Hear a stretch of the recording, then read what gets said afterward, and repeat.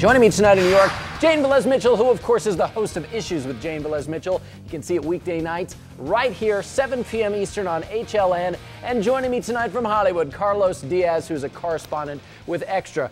Jane, off to you first. I don't know about you, but when Gloria said that Nadia turned down this incredible offer of help because she wants to capitalize on her situation by doing a reality show, I gotta tell you, I thought my head was gonna explode. It is absolutely outrageous, AJ. First of all, we've got her on tape saying she doesn't want a reality show and she thinks it's exploitation of her kids. So now apparently she's speaking out of both sides of her mouth, which she has done over and over again. It would be exploitation. She would be turning her kids into commodities to take part in a freak show. We all know that reality TV isn't reality. There are producers there running around trying to create confrontation and drama to make it exciting. So these kids are not only going to be turned into commodities, but they're going to lead these phony lives. It's absolutely exploitation. Carlos, Jane is fired up. Do you share the same fired up feeling?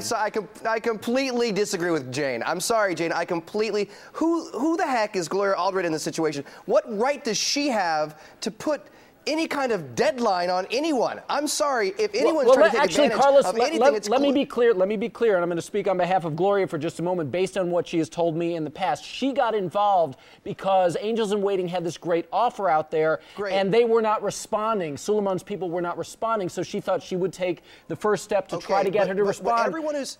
Go ahead.